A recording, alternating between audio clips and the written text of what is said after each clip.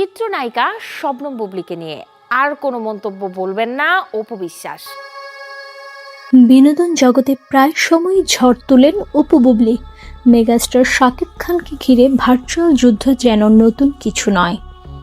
কেউ কাউকে 1 ইঞ্চি ছাড় দেন না, আলোচনা ও সমালোচনা যেন লেগেই থাকে।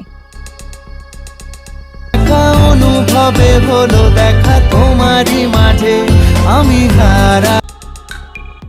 এবার সাফ জানিয়ে দিয়েছে বুবলীকে নিয়ে কোনো তর্কে যেতে চান না অপু বিশ্বাস।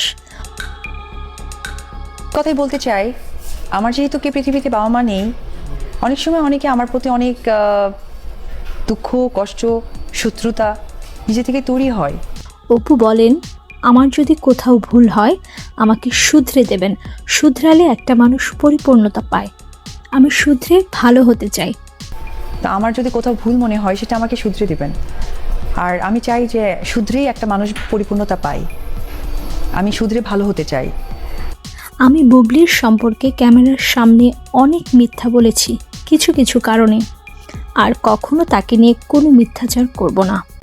আমি ক্যামেরার সামনে অনেক মিথ্যে বলেছি কিছু কিছু জিনিসের কারণে। যেমন প্রথমের দিকের মিথ্যেটা ছিল যে নিজের কেরিয়ার এবং যেহেতু ওই সময় সে স্বামী ছিল তাকে সাপোর্ট করাটা আমার দায়িত্বের মধ্যে ছিল। আবার আমার ছেলেকে নিয়ে যখন বের হয়েছি তখনই তো সবাই জানলেন যে আমি বিবাহিত, দ্যাট মিনস আমি